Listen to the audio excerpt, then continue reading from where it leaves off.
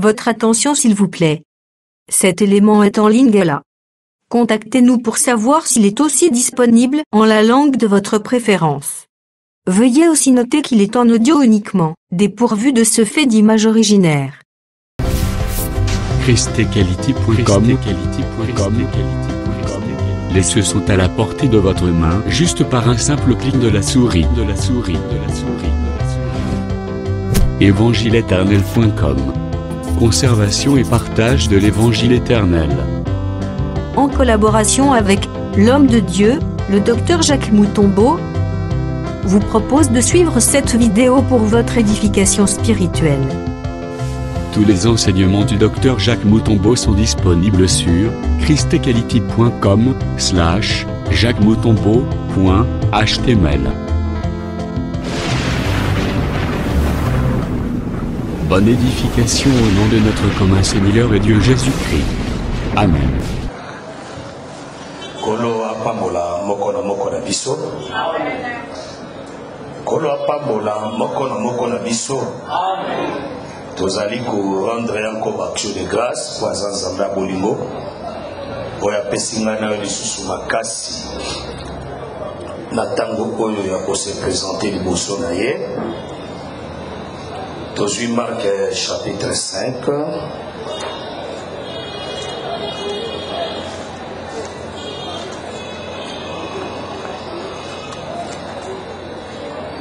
Tozui à partir du verset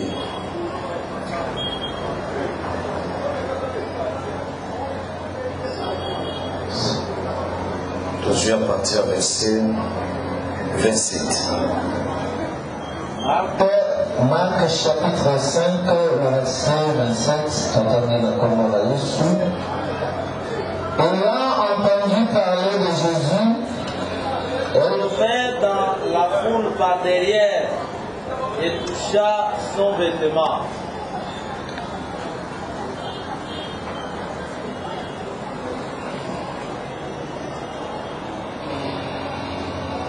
Verset 28.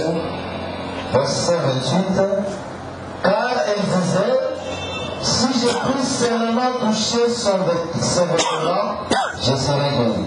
Tobondi, Seigneur Dieu de grâce, te remercions pour sa division ngolo, na pourquoi oyote okalido banayo. Merci nengo sanksi biso kolanza masoso mo sa sensaba na sela mapapu na ye. Merci nengo memisi kola mesa ochebilo ko mibale li papembe pevinyo, li papembe sunizo to na yo vinyo makila, to li asuni to mela makila to zo bomoi to telemeli ngwenu sa satana, pambola makonto tukotanga, to bondeli na kombo na Yesu Kristo. Amen. Amen. To pese église mbote na kombo na Yesu Kristo. Amen. Bazali ko bakisela biso passage mosusu Luc chapitre 5. Azui à partir du verset 4. Luc chapitre 5. Qui est dans le verset 6. Luc chapitre 5, le verset 4, qui est dans le verset 6. Lorsqu'il eut cessé de parler, il dit à Simon, avance en pleine eau et jetez vos filets pour pêcher. Simon lui répondit, Maître, nous avons travaillé toute la nuit sans rien prendre, mais sur ta parole, je jetterai le filet.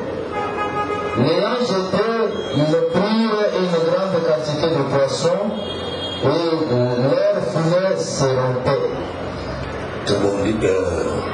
Donc, nous allons continuer marche na biso sur qui m'a touché. Moi, sur Yazotanga Makila pendant 12 ans, à s'approcher qui est pas à Jésus. Ce cas s'approchait qui n'est pas à Jésus parce qu'elle était malade. Sa condition est là qui m'a bécoleka. Parce que condition est là qui n'a pas permettre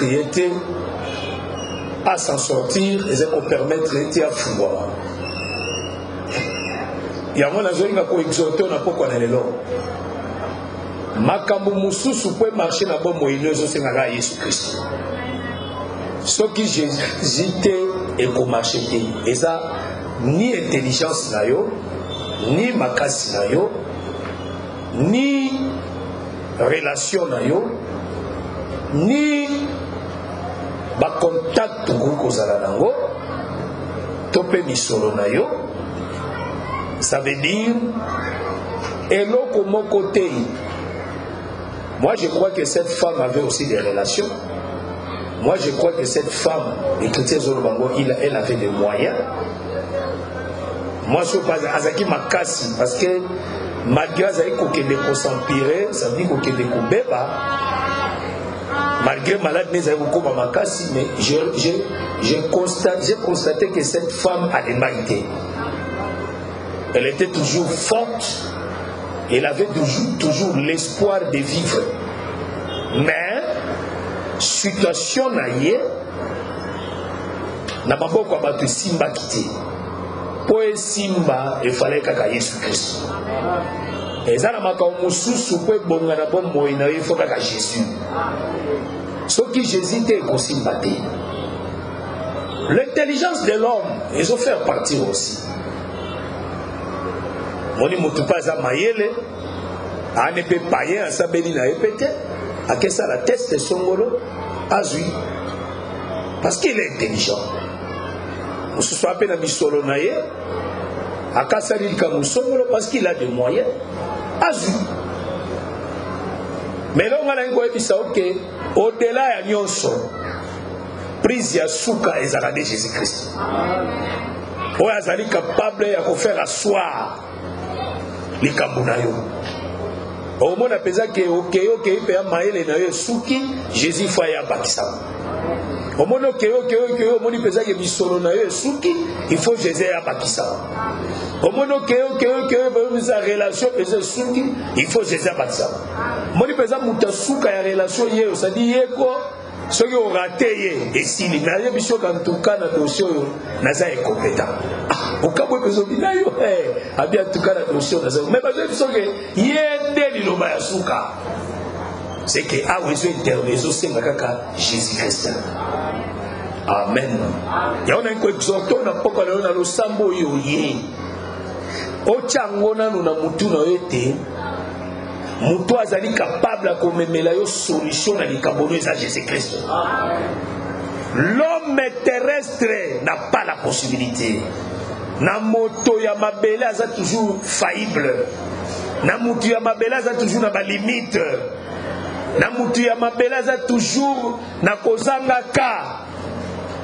Awebiso en tout cas moi été. Omoni toke na makambo ya coronavirus abo. Bomoni même na ba pays oyo tobeka ka bango puissance basi courber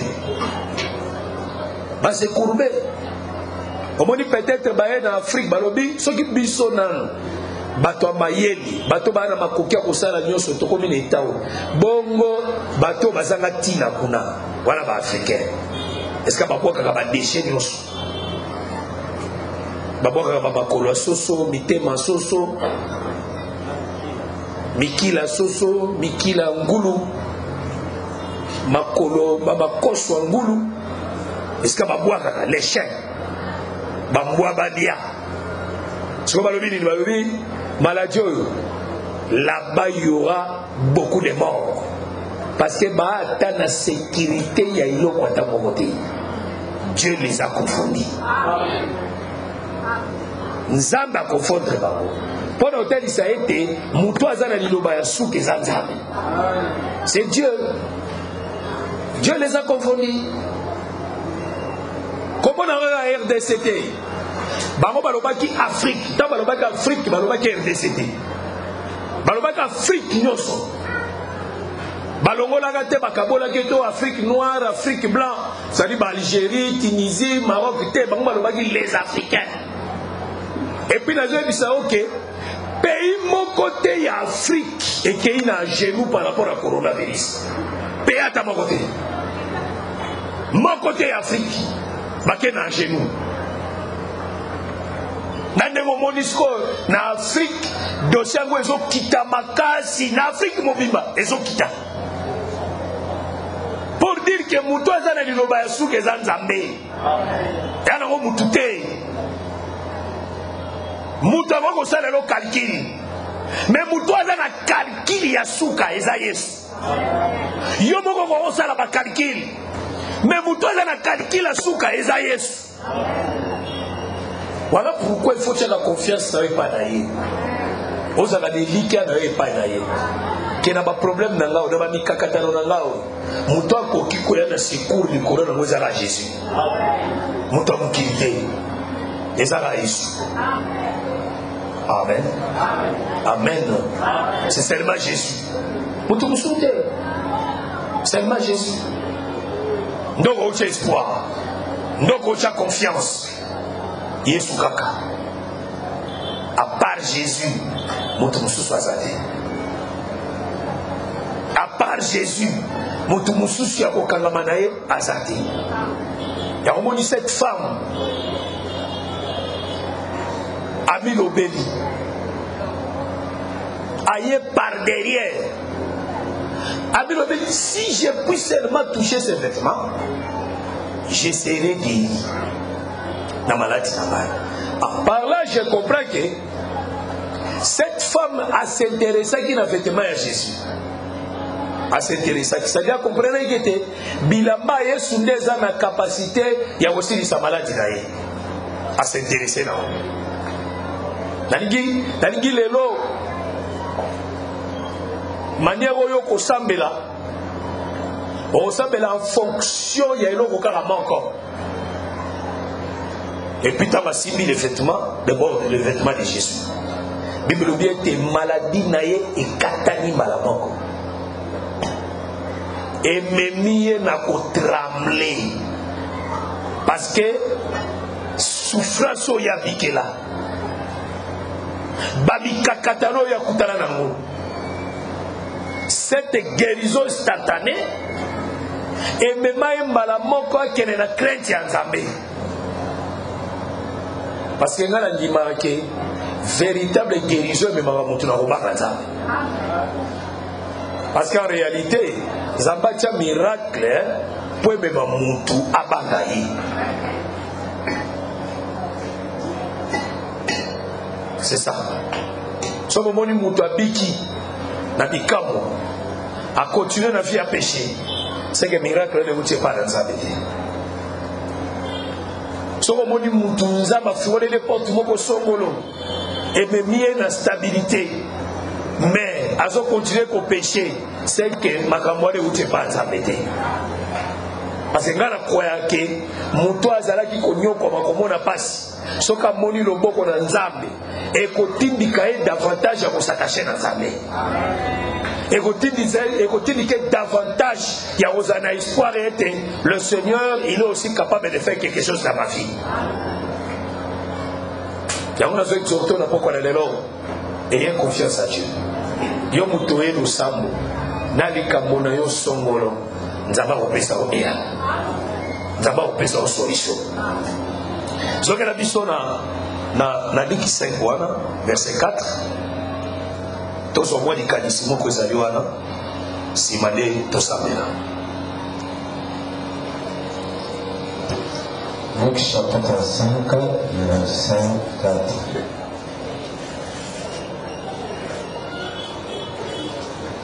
Lorsqu'il cessait de parler, tango ya silisi koloba, ça veut dire Jésus asenga kibake ya Pierre poate ya nango sango malamu. Tango asilisi kote asilisi koloba, on a dit à Simon, ayebisi Simona, avance en pleine eau, pusana katikati ya mai, et jetez vos filets pour pêcher. bwaka monyama na yo po oloba. Simon lui répondit, Simona ayanolie, Maître, molakisi, nous avons travaillé toute la nuit sans tosali musala butu mobimba, rien prendre. tozwi na biso eloko te. Mais sur ta parole, Mais pour na liloba na yo benati na liloba na yo j'ai jeté le filet. na kobwaka monyama. L'ayant jeté, Abwaki monyama ils prirent une grande quantité de poissons azwi etuluku ebele ya bambisi et leur filet se rompait. pe mbisi na pe monyama na bango ezokende kokatana. Amen. Awa nazolinga na bena mwa instruction moko na kati. Jésus ayepa Pierre asengi ye barque. Jésus comme Dieu, il savait que Pierre a travaillé toute la nuit. Ayebaki aye kosenga ye barque. Keba Yesu soka fusaki pembeni na yo kosenga yo eloko c'est kalinga sala quelque chose na vie na yo. Amen. Soki Yesu akusaki pembeni na yo kosenga yo eloko, il veut te délivrer, il veut te bénir. C'est ça. Moni na kozola mo exemple wana. Elinde na nzambe basololaki. Elina nzambe nde basololaki. Kende na koleisa yo na ndako ya veuve. Bariche baalaki. Bato bazali na bamoye balaka te kozaki période ya nzala. Ata kozaki période ya nzala. Mais il y avait des riches. Il y avait des moyens. Oyo bazalaki. Mais remarquez, Élie a quelqu'un chez la veuve de Sarepta. Elle a commis chez la veuve de Sarepta. Zamba et Baguette veuve de Sarepta, Azan et l'autre côté d'Anda Kounaï. Aïbaka bien. Elle avait absolument rien. Rien que moi, poignée à farine, na moi l'huile, Oyo, Azalaïnamo. Par quel bateau magique? Par quel miracle? Moi, je suis appelé sa prophète. Par quel miracle? Mouto assura qui est lui que c'était l'Éternel lui-même, n'est-ce pas? Mais l'Éternel connaissait ce qui était dans la maison de cette femme. Aïbagini nezaki nanda kwa moi shwana. Matini ya lubi kende. Tala. Nazo continuer koloba yango. Calcul na biso eza ya nzambe te. Nous pouvons calculer autrement. Dieu aussi a calculé autrement. Yango qui sont le bien éternel, nos pensées, et ça ma pensée n'a été. Élie, comme l'envoyé de l'Éternel, a combien de fois la veuve de Sarepta? Aïbisi pesanga maïnamena. Moi je suis un assumant à Pessi. Aïbisi pesanga mo eteni ya nuit panalia. Moi ça répondrait. Nasaka na kamwanda mwa ya farine na bi. Tala kote na lokote banzete mibale. Pona kende kotumba. Yango tolia ngai na mwana na ngai après to sala nini to kufa. C'est-à-dire à d'autres termes. Dans cette maison, il n'y avait absolument rien. C'est seulement les morceaux de pain. Au Mazareno. Prophète a initié Pessangaïna Moudalia Moutonibus. Est-ce que vous avez Amen. Pessangaïna Moudalia Moutonibus. Azui Lipa a Pessie. Et on a vu une réunion du Saoul. Dans Luc chapitre 4, Jésus a dit Nathan et Élie, il y avait plusieurs veuves en Israël. Mais Nzamba Bikisa veuve Moussousoute et Zalaka veuve et Abikisa Tamboko na Bangote na Israël, ma Bikisa Kaka veuve à Sarepta. À part là, je comprends que Élie a une image de Jésus-Christ. Est-ce que vous avez malade?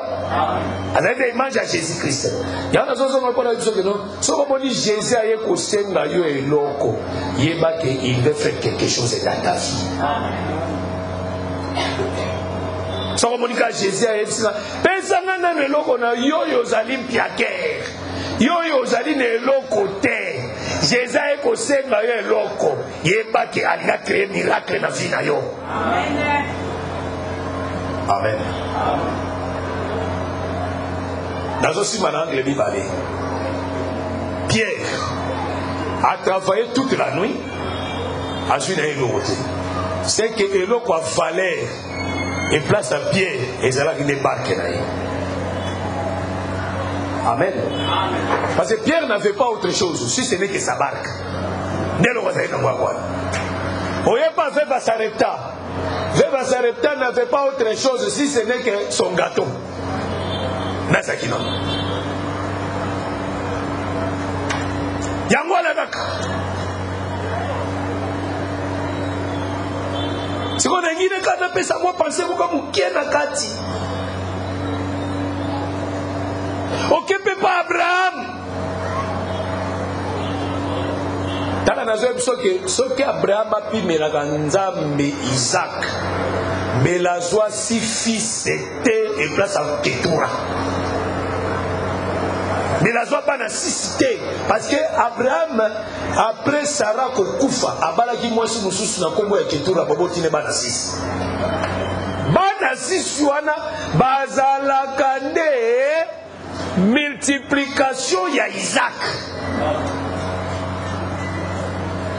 Yoka eloko yo zabazo ibsa Abraham aibsa lobi prends ton unique fils que tu aimes. Sikoyo Abraham azeka na mwana moko wana te. Abraham avait Ismaël, mais Dieu ne voyait pas Ismaël. Dieu voyait Isaac, ton unique fils que tu aimes. Mwana na mboko ya mobali oyo lingaka elingola baneni ponzamba sale la miracle il faut penser eloko yo lingaka. Soko pesi eloko yo lingaka ton unique fils jamais akozongisela yo parce que eloko yo lingaka asalaka restitution asalaka multiplication. Soki elide veva sarepta apesa ki gato te mbele nzungu na ye etondi na mafuta te mbele etondi na fufu te. Amen. Eloko nini Abraham atosaki la parole. Eloko nini la veva sarepta atosaki la parole. Yango no moni eloko nini Pierre atosi la parole. Asoringa malam apesi barka. C'est-à-dire eloko ne ya valeur, eloko ne ya mutuya. Talanga na zo bisayo ke pécheur o toute la nuit a travaillé ta joie ta nini li yangate. Oya joie ta li yangate. Yo que negosenga ye barque na tala o se pega la barque no la que no te era.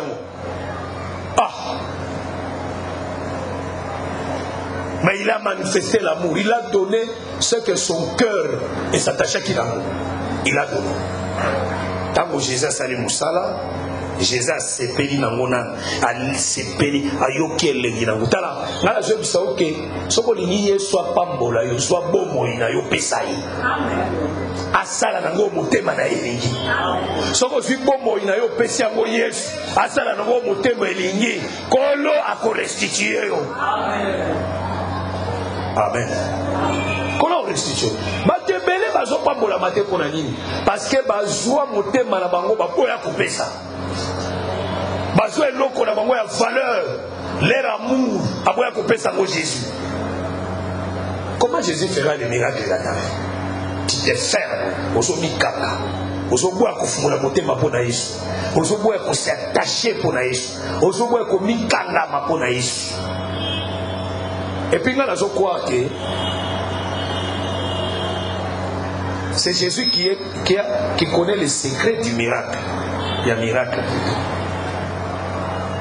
Tant que Pierre a bandé coupé sa barque, Jésus a gagné coupé sa barque et tout le monde a travaillé. Il faut n'avoir un cas moi. Donner ton cœur à Jésus sans intérêt. Ah, au foot. Amen. Même la veuve, il y a ça avec ça. Tant qu'on appelle ça qui lit pour un espoir que mon sacolio le coup d'aller lipa. En tout cas, bisongana moana, Tomi Koufeli déjà. Miracle est qu'on vit vraiment après. Mon sacolio pas, il sait que personne n'a lipa, n'analia, au moment de la multiplication. Ah, le bâti n'a voté. Est-ce que personne n'a lipa, n'analia, au téléphone? Tant Nzamba ebisaki Abraham pesa Isaac ebisaki Isaac Abraham tant ko pesa Isaac ko kenena Isaac kozonga na Isaac te tala soki to mi pesi na losambo na motema ya simplicité le Seigneur va fungola bebi kuke na biso za kokakama le Seigneur a usale la biso ba miracle. Et donc ils ont bloqué M. Zahir parce que tous eux déjà n'a pas pensé mon code déjà négatif dans tout. On nous venons avec des pensées négatives. Comme tous eux déjà n'a pas pensé négatif. Moi les miracles ils allaient déclencher ça. Yo ya kakaka, tout ça à la parole. Tu verras. C'est que le Seigneur fera. Amen. C'est que le Seigneur fera. Il y a un aspect d'exhortation pour nous maillot dans le sam au sambela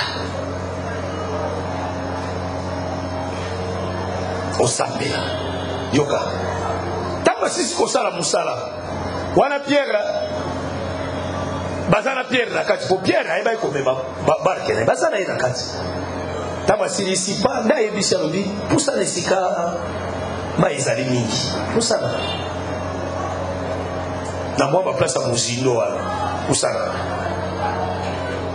ba kusani pe Pierre azoye batte eloko nini Yesu ana ngona butu pona Pierre ezaka ka bazo kusana pour continuer côté talanga na zo que non calculo nzamba ana ngo yo ye bien côté amen calculo nzamba ana ngo posa de lobi yo ye bien côté yo zo se limiter seulement na o yo zo mona.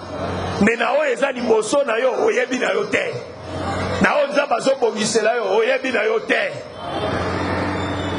kala nzamba lingi bongo kwa tika na kaka nzambe amen tika na kaka nzambe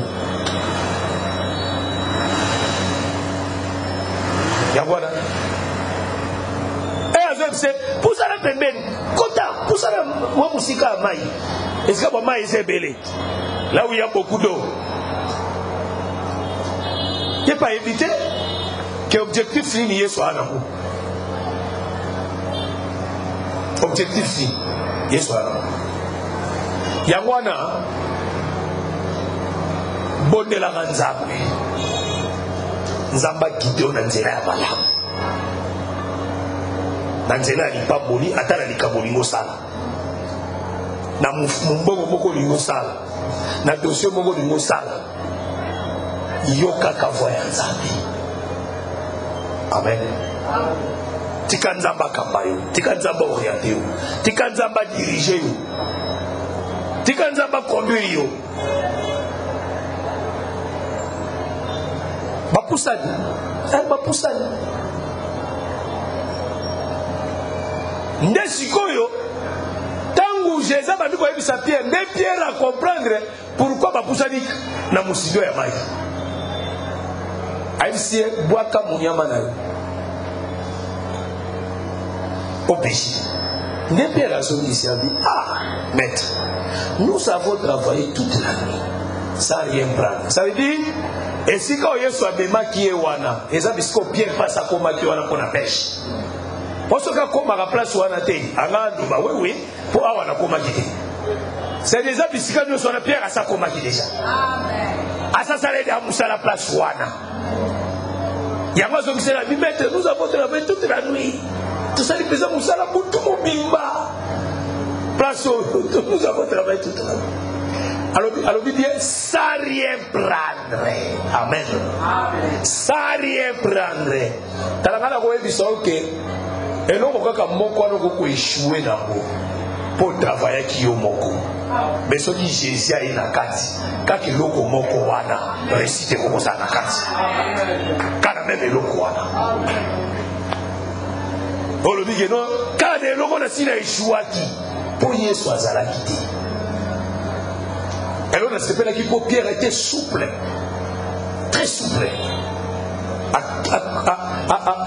Kenya Yesu n'a pas débattu. Il dit que non, nous avons travaillé toute la nuit sans rien prendre. Alors oui, mais pour Naliloba Nayo, n'a pas qu'il a pas filé. Ah, c'est-à-dire Zoboa qu'a filé pour Naye Moko Pierre Té, mais pour la parole. Amen. Pour la parole. Nazoboa qu'a filé. C'est que la parole a la possibilité de tout créer. La parole a la possibilité de te changer. La parole a la possibilité de te transformer. Amen. Amen. Pour la parole.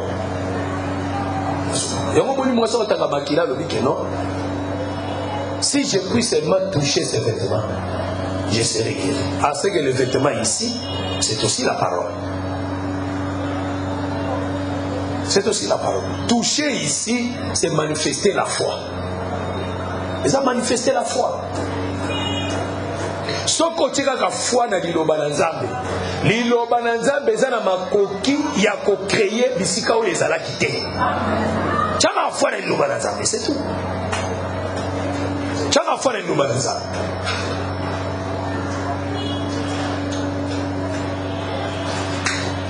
Et donc on a aussi dit Pierre tant a travaillé toute la nuit. Il était seul. L'expérience Ezaki a beaucoup personnel en tant que pêcheur. A eu beaucoup ça la vraie pêche. A eu beaucoup travailler.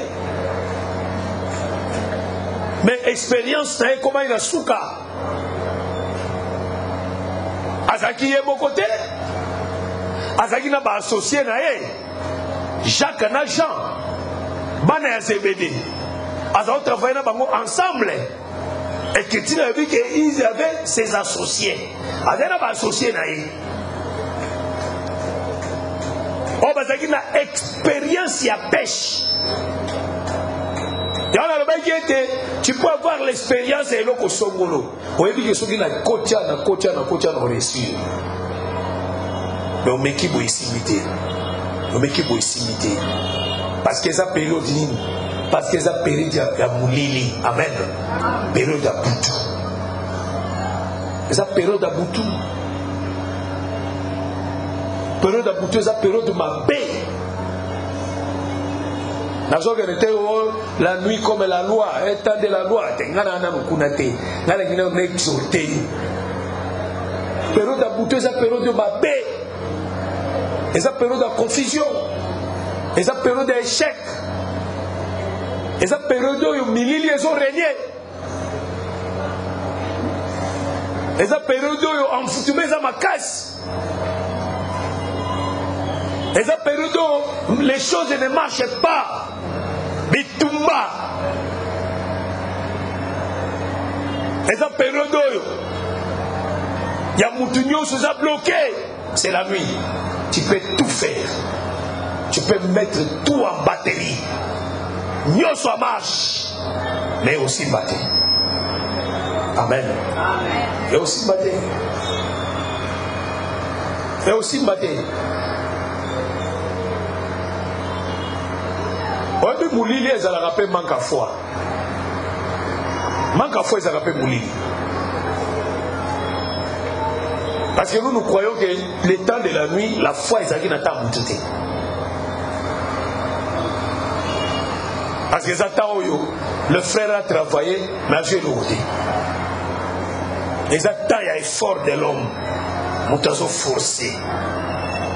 Na salabou, na mata. Zo multiplier bakalki.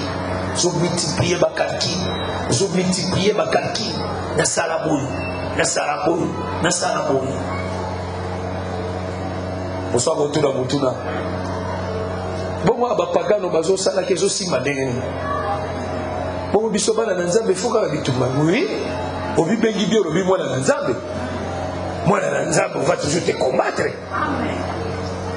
Parce que au créer, on dit qu'on dit mais la Jésus le kola bokosoko bikisi obo. Au créer bitumba yo na diable. Au créer bitumba na bandoki. Au créer bitumba na batunyo so bazali contre les ténèbres. Au créer na bango combat. C'est fini.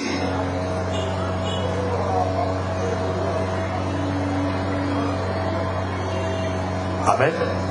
Au créer na bango combat. Maman bitumbe bandi pour te combattre. Pour que va déstabiliser yo. Oui, Israël, Azaki est esclave d'Égypte. Azaki est esclave d'Égypte. Mais Bazaki n'a pas faveur. On va dire c'est la bango. Malgré Babandaki Kotumba Babrik, mais Kozwa Bapaï, Bango Bazaki vous soit Bapaï. Bazaki nous suit la bango Bapaï. On a tout ma brique, tout ma brique, ma elle arrive à paille. Ma titi, moi tout ma brique. Ma tiens exemple 100 briques. Pour tout ma 100 briques par jour. Mais bazo je ma titi ma yé. Parce qu'il y a la possibilité, il y a aux hommes abandonnés, il y a aux vivre. Mais parce qu'il y a esclave. Parce qu'il y a une émission que l'évangile est à Ezoé là yo. Ezoé là yo parce que aux amo kangani. Mais critiques sont là-bas. Tant qu'à Moïse a eu, coupé sa lumière, Misuka kata mfuwa misangwa ne comme pas Pharaon. Moïse avait vu non qu'à Pharaon. Et si Moïse a bengi ba commissaire baya ya bala Israël. À pied bango ba réussi bango désormais. On dit bengi bango aujourd'hui, vous êtes des fainéants. Yo sala ka 100 briques par jour. Yo moko bado sala 100 briques, yo moko bado kebuka ta matiti yo moko. N'est-ce pas passé matakiwa? Pona nini? Parce que bazwa ki mokano ya kotika Pharaon. Bazwi mokano ya kotika Égypte, bazwi mokano ya kotika nyonso bakende na bango. Le Pharaon bien nga batika ka ngai te. Amen. Nga batika ngai te. Nga soko beki kotika nga na konyoko na yo. Na ko faire souffrir yo. Na ko moni so passe.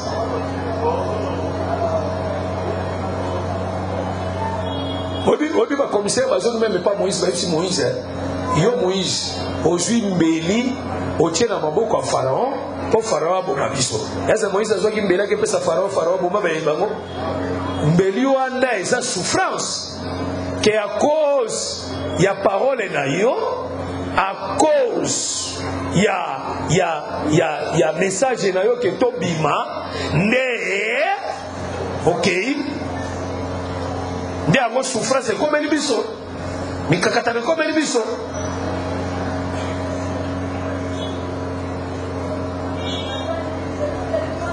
Amen. Amen. Ne mikakata comme les biso. Souffrance comme les biso. Comme Jésus avait besoin de bénir Pierre. Dans la ce qui est soyez na bon moïna yo. Parce que c'est aussi ma barque, c'est aussi la vie de Pierre. Ce qui est soyez na bon moïna yo, yeba ke akotika yo bongo te. Akotiko bongo te. A obebe na yo ba solution. Na ebisie, boaka munyama na mani, Pierre abwaki. Tango abwaki, azobenda boyi. Epele ya mbisi. Epele ya mbisi. C'est-à-dire Pierre a Kamoué. Nous avons travaillé toute la nuit. Le matin, pêche à Boé Salema. Non. Moutoyo a Kanzambi. Avec Mamasa na eboya, bosi ma filet. Mamasa na aussi ma filet. Bible le bien était moyen Pierre à Lengi, Pierre à Bangi, associé d'ailleurs à Bangi, Pierre a mis le bélier, je suis un pécheur, Nazali digne dans un émotion. Pour la ligne.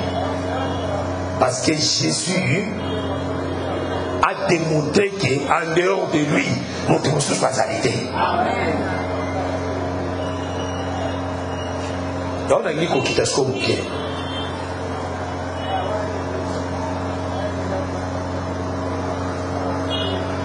Nous avons la confiance en Zambé. Parole de Zoyoko. Et ça la possibilité pour changer vie na yo na minute ya muke. Et ça la pour Pierre a sungola ki bambisi wana. Mais na ndivite ke bambisi wana boaka maki. Et boaka maki te. Continuité à penser ba peste ba vinga la pour Pierre atika ki bambisi ba suivre Jésus. Mais quantité à bambisi wana. Ba gros poisson. Ce qu'on a dans l'élo, et ça budget à combien? Et qu'on coûte valeur à combien? Ça dit que Jésus peut changer en un clin d'œil ta vie. Jésus peut changer en un clin d'œil ta situation. C'est la parole qui crée tout. Parole n'est que la nuance.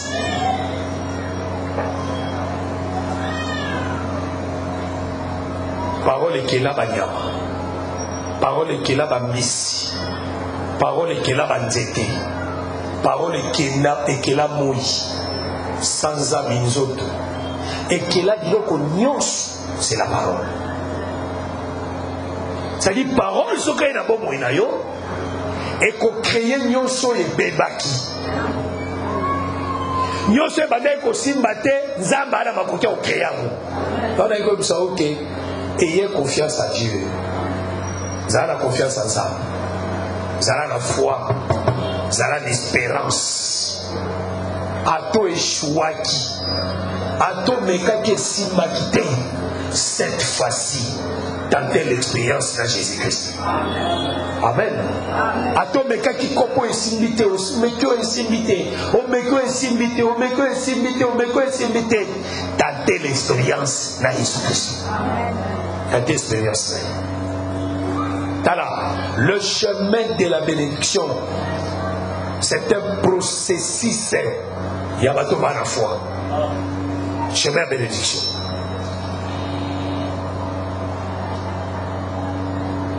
Les amis zela bateau bana kondima.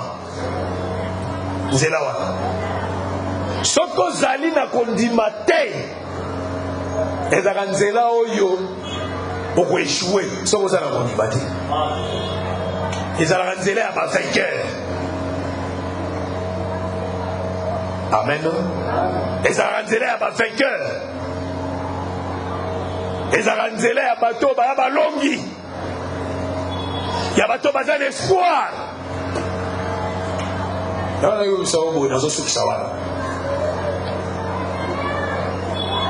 Tu as travaillé, mais tu as de l'expérience. Ayez la foi. Amen. Avec Jésus. Zala na kondima et le mot na Yesu. Zala na confiance et le mot na Yesu. Zala na confiance na parole de Yesu. Azote anga ina yo. Zala na confiance wa. Zala l'espoir que tôt ou tard ça marchera. Aussi longtemps azotiko na bomoi.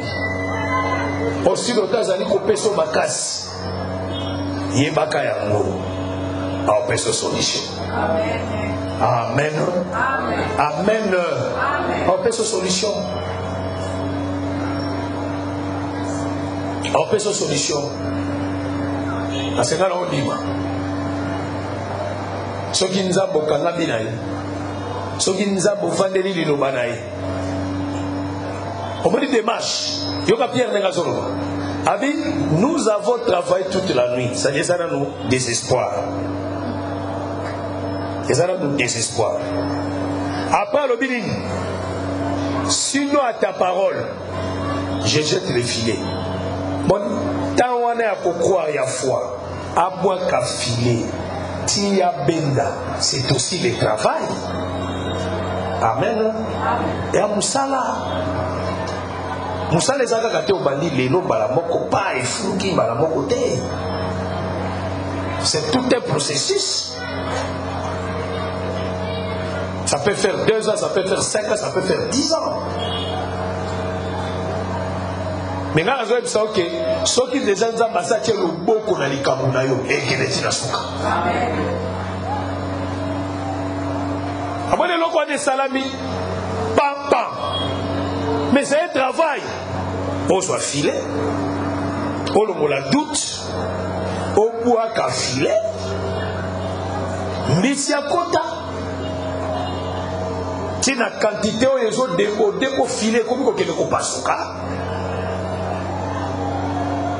C'est tout un temps. Et ça temps au bimba. Amen. Et ça temps au bimba. Et ça temps au bimba.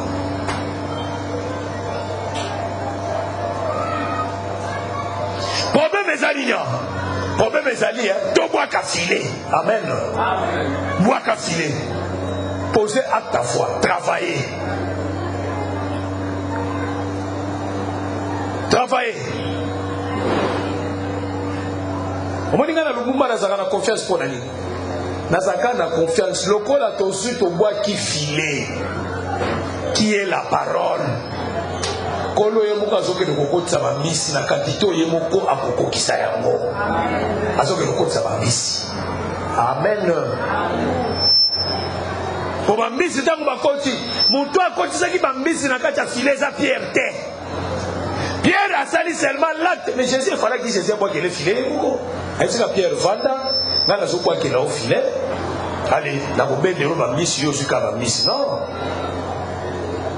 Ceux qui ont reçu, nous devons manifester aussi la foi. Nous devons manifester aussi l'esprit du travail. Amen. Mokona biso. Travailler. Salam sala. Kota na champ. Bandana nous côté kamakasu. Bandana nous côté kambis. Malembe ezako bois ka filet. Amen. Yemoko arobanda koptia abondance. Parce que epelé ambisi na kati ya filet c'est l'abondance. Les critiques ont dit le travail procure de l'abondance. Mosala ebendaka bofuluki. Yo sala musala. Nzambe moko akotia loboko na ye. Netezo simba te ko ramba la beaucoup pouf makambo evandi soki na ebandeli na moma pasi tozo ndima te kazanzambe kaka na bofulu kine to ndima zanzambe soki na moma oyo nanu tozo tatone nanu nde tozo bunda na boyi na lumumba tozo ndima te kazanzama miracle. Bongo kaka soki plainti na balabala nde wana mimi komitiao. Kosele komitiao. Notre Dieu c'est un Dieu de plaint. Zambe ba marchaka na ene bandeli. Zambe batambola nene bandeli. Amen. Batambola zambe ne bandeli. Neta batambola zambe. A debi. Tambola zambe. Na bandeli. Amoni Pierre. Et ça me dit l'absence de Jésus et la présence de Jésus. L'absence de Jésus, Pierre reconnaît que Jésus n'était pas là. Mais tant que Jésus a yé, abandi Moussala na Pierre. Yanine, Yanitea. Amen. Alors qu'il Litea. Tama ebise, jette le filet. Malamoko aboti foi.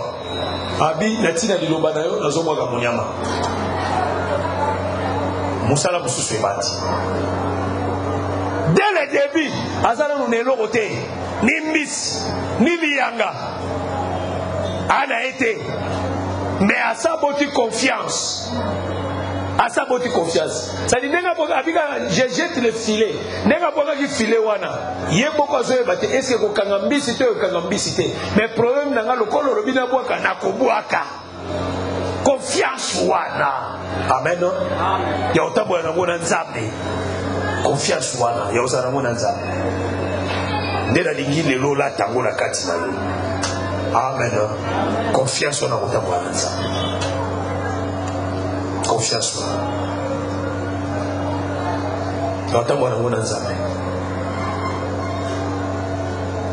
Lingaka na vie na yo zala na histoire ya munene ya nzambe na bomoi na yo ozala na histoire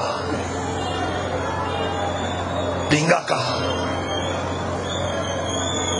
soki lelo bino komoni ngai ibu bato bakomi kwa koconsulter bato bakomi kwa kotuna yo po koma boye qu'est-ce que tu as fait osalaki nini? Amen. Mbisi akomi kokota na kati ya filet eza lisusu makasi ya pierre te eza ya nzambe. Amen. Eza lisusu makasi ya pierre te. Problème eza nini? Volonté de jeter. De jeter. C'est fidèle. Donc on a la main de Dieu. Nenzambe moka kosala.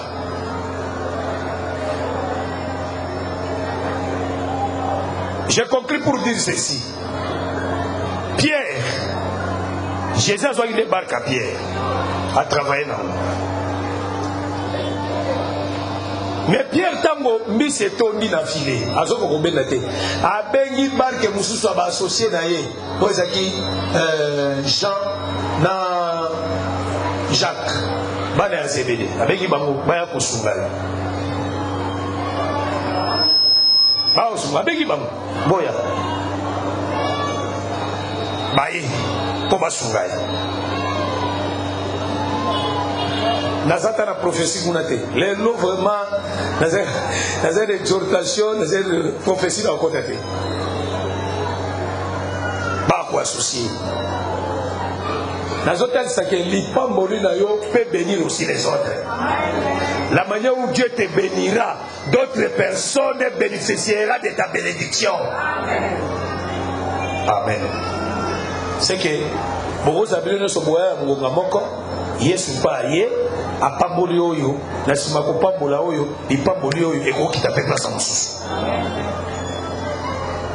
ya ona ondi bakeso nzamba pamboli oyo ba tikali nzambe pa ko pambola ye.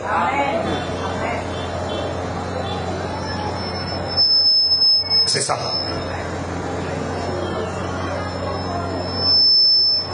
Amen. Amen. Amen. C'est ça. Voilà pourquoi je t'exhorte, ayez la foi. Vous avez la confiance en ça. Qu'on perde l'espoir. Sinon, à sa parole, la parole peut tout faire. Peut changer ta vie. Peut changer ta situation. Peut changer bon moyen ou tu peux m'accamouer. Est-ce que ça kaye ezaka kaye ponga na ndimi ke yeso to sabela kapeli azaka nzambo soka sali na kati ko batu bakamwa kayo.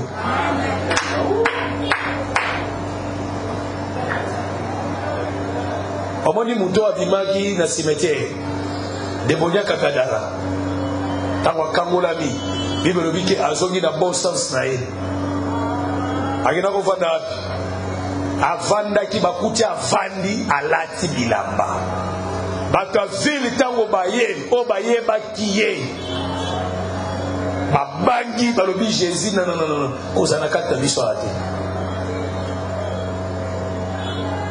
parce que bamoni position po bandimaki te babi musala nyoso biso tosala na kati ya mutoyo yo eloko nini osali na kati na ye pour changer. C'était seulement la parole. Amen. C'est la parole qui a changé la situation de cet homme-là. Dans la solution que non, les nouveaux papiers qu'on change de situation là. Vous avez la confiance en ça, mais si on monte mais pas derrière, il y a pas pour là. Que le Seigneur vous bénisse.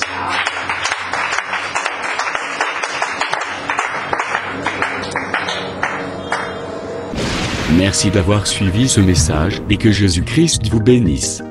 Si vous avez une question à l'intention de l'homme de Dieu, si vous voulez que l'homme de Dieu prie pour vous, si vous voulez vous confier à l'homme de Dieu, ou si vous voulez tout simplement bénir l'homme de Dieu, contactez-le directement si ses coordonnées sont disponibles depuis sa page. Sinon, contactez-nous et nous lui transmettrons vos préoccupations. N'oubliez pas de faire un tour à notre page évangélisation pour voir en quoi vous pouvez vous rendre utile à Christ par cette œuvre. Que Dieu vous bénisse tous. Amen. ChristQuality.com.